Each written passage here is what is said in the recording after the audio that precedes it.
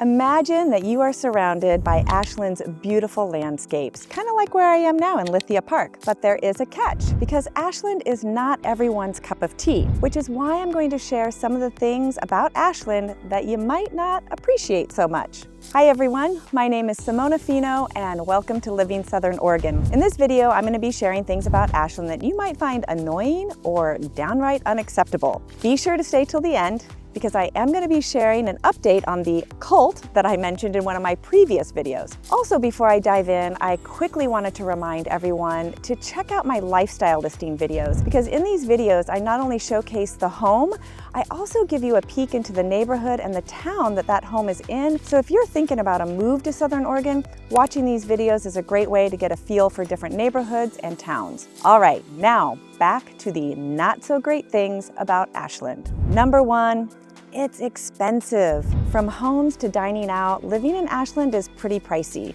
The cost of homes here is much higher than in many other places in Southern Oregon, with the average home cost about $550,000. Finding affordable rentals also isn't easy. A 2-bedroom apartment is going to be anywhere between $1,500 to $1,700 a month. Then you also need to consider that job opportunities here are slim, and it's very hard to find well-paying jobs. So that may make Ashland really unaffordable for you. So just be sure to assess what your income options are before you make a move here, because while Ashland is charming and beautiful, you want to make sure you can afford to live here. Number two, tourism and the Oregon Shakespeare Festival. Okay, Ashland is famous for the Oregon Shakespeare Festival, also known as OSF. It's one of the biggest theater events around, and it draws people from all over the world. So while this is a wonderful thing on many levels, because it truly is amazing theater, it also means it brings in a ton of tourists. Tourist season is highest in the summer, but it's pretty active spring and fall as well.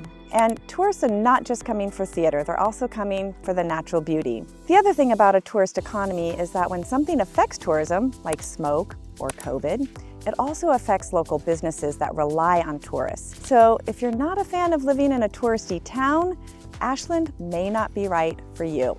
Number three, fire and smoke and the air quality and heat.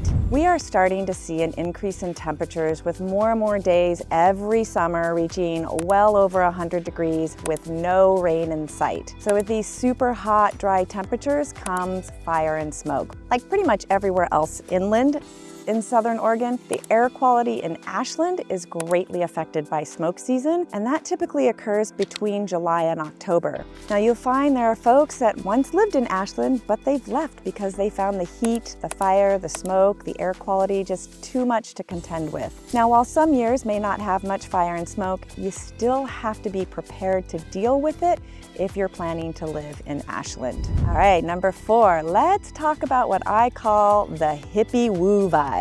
All right, Ashland has a serious woo vibe and plenty of hippies, both young and old. You'll find a lot of eclectic shops downtown, very similar to kind of what you would find on Haight Street in San Francisco. You'll also find the popular Ashland Co-op and Shop and Cart are both grocery stores offering a large selection of organic produce, as well as goods like crystals and beeswax candles and natural medicines, okay? So hippie vibe. There are also a ton of alternative healers offering everything from Reiki to cranial sacral work, and other medicine folks are offering things like chakra tunings and sound healings. Now, a visit to sit in the natural mineral water at Jackson Wellsprings is definitely going to nestle you right into that hippie vibe. Now, for some folks, a hippie vibe is an appealing thing, and for others, not so much. So if you're someone who gets annoyed by free spirits, chakra balancing, and crystals, you might want to avoid Ashland. All right, number five, zero nightlife. All right, now Ashland is known for its strong creative culture. There's a lot of art going on here, but there isn't much in the way of nightlife. It's a small town with only bars for nightlife, and most of those close at midnight. The Bow Club downtown will stay open until 2 a.m. on weekend nights, and there's an occasional one-off event that goes past midnight.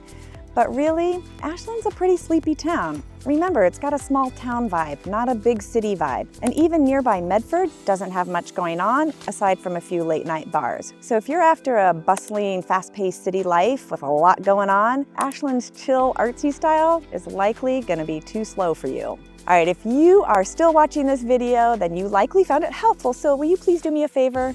Subscribe, and then that way you'll be kept in the loop for all my future videos. All right, now to the tidbit about the cult in Ashland. So for a hot second there was a spiritual group who had a very strong presence in Ashland called Twin Ray, and many residents believe they are a cult. Now, needless to say, Twin Ray wasn't super popular with the locals. Well, the update is they closed down. They shut down their high-end crystal and meditation shop, which was downtown. It's called The Haven, and it seems they've left the area.